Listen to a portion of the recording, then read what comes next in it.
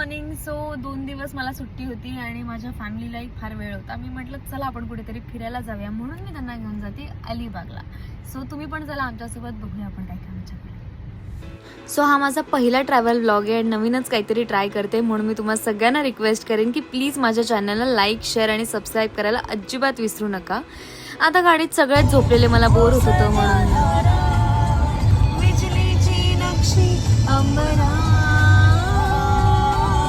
मी तर गाणी लावून मस्त जॅमिंग करत होते, पण मागे पाहिल्यावर मला कळलं. सो डोंबिवलीहून आम्हाला अलिबागला पोहोचायला जवळपास 3-1 तास लागले आणि या प्रवासात गाडीत सगळे ऑलमोस्ट झोपले होते, म्हणजे मम्मी, पप्पा, माझी दुसरी बहीण. पण हर्षदा, जी माझी सगळ्यात लहान बहीण आहे, ती झोपली नव्हती. आणि तुम्ही तुमच्या वाईल्डेस्ट ड्रीम्स मध्ये पण विचार केला नसेल की ती काय करत होती गाडीत मागे बसून. सांगते, ती कपडे शिवत होती गाडीत बसून. इमॅजिनच होत नाहीये की एखादा माणूस गाडीत बसून खाऊ शकतो, झोपू शकतो, पिऊ शकतो, खेळू शकतो, पण कपडे कसं काय शिवू शकतो. 5-5 मिनिटाला वातावरण बदलत होतं. एका पॉइंटला वाटलं पाऊस येईल, पण असं काहीही झालेलं नाही. फायनली आम्ही पोहोचलो. आता आम्ही अलिबागला आमच्या रिसॉर्टवर आलोय. जस्ट पोहोचलोय आता. साधारण दुपारचे 2:30-3 वाजलेत आणि आता आम्ही फ्रेश वगैरे होणार आहोत आणि मग डायरेक्टली बीचला जाणार आहोत. सो आता आम्ही राहतोय वातावरण रिसॉर्ट नावाचं एक रिसॉर्ट आहे.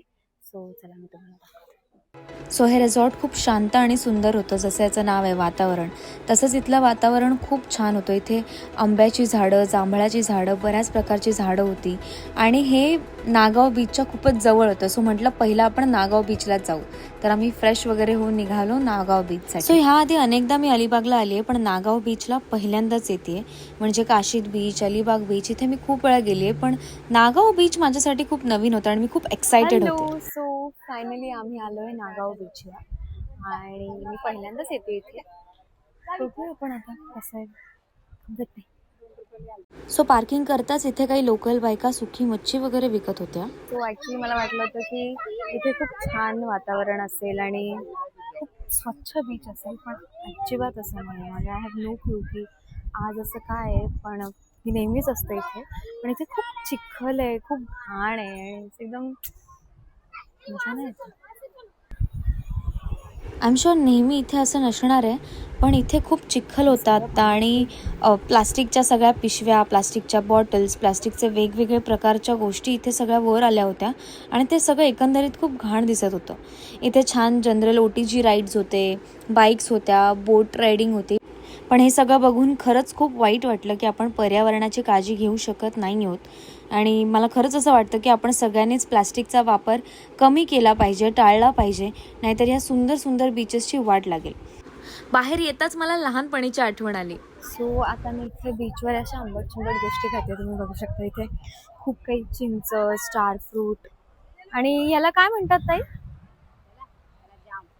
जाम. आणि हे जांभूळ, जास्त मस्त मीठ आणि तिखट लावून खायचं.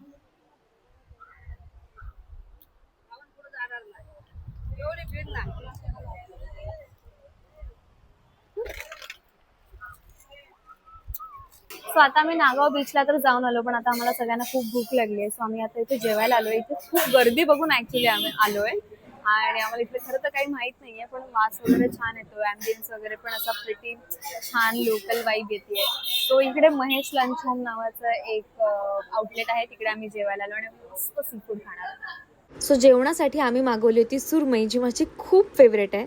त्यानंतर चिकन हांडी, प्रॉन्स ग्रेव्ही, त्यानंतर थोडेफार व्हेज स्टार्टर्स मागवले होते जे व्हेजवाल्यांनी खाल्ले, ज्याच्यामध्ये पनीर चिल्ली होती आणि भेंडी फ्राय वगैरे असं काहीतरी होतं. त्यानंतर भाकरी आणि माझं सगळ्यात फेवरेट. सो डेझर्टला आम्ही ऑथेंटिक मोदक मागवला आणि मी बघू शकतो केवढं दिसतोय. फार आवडतो मोदक. आज थोडंसं चीट करूया.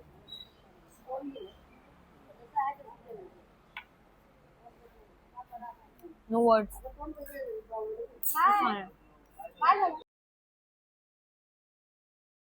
लंच वगैरे झालाय आणि आम्ही आता आलोय सेकंड स्पॉटला, जे आहे रेवदंडा बीच.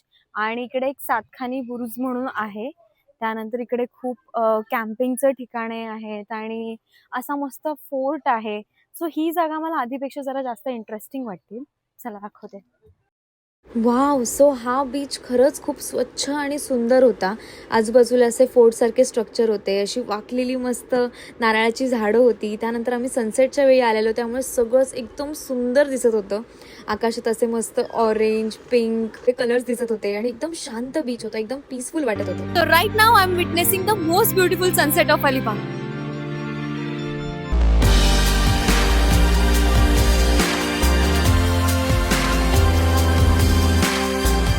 Beautiful right?